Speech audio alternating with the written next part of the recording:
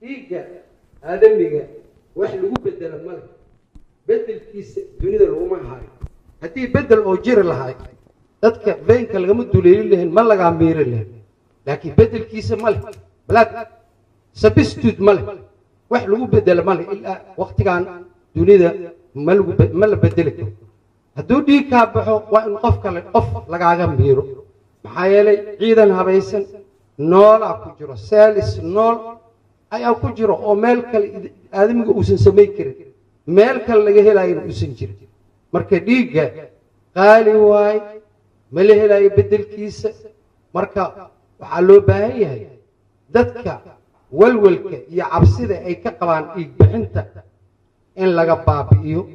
dhiig bixinta ma khasaaray kuu keenay ma faa'iiday kuu keenay inaad kala garato ayaa loo baahan yahay dowladda federaalka Soomaaliya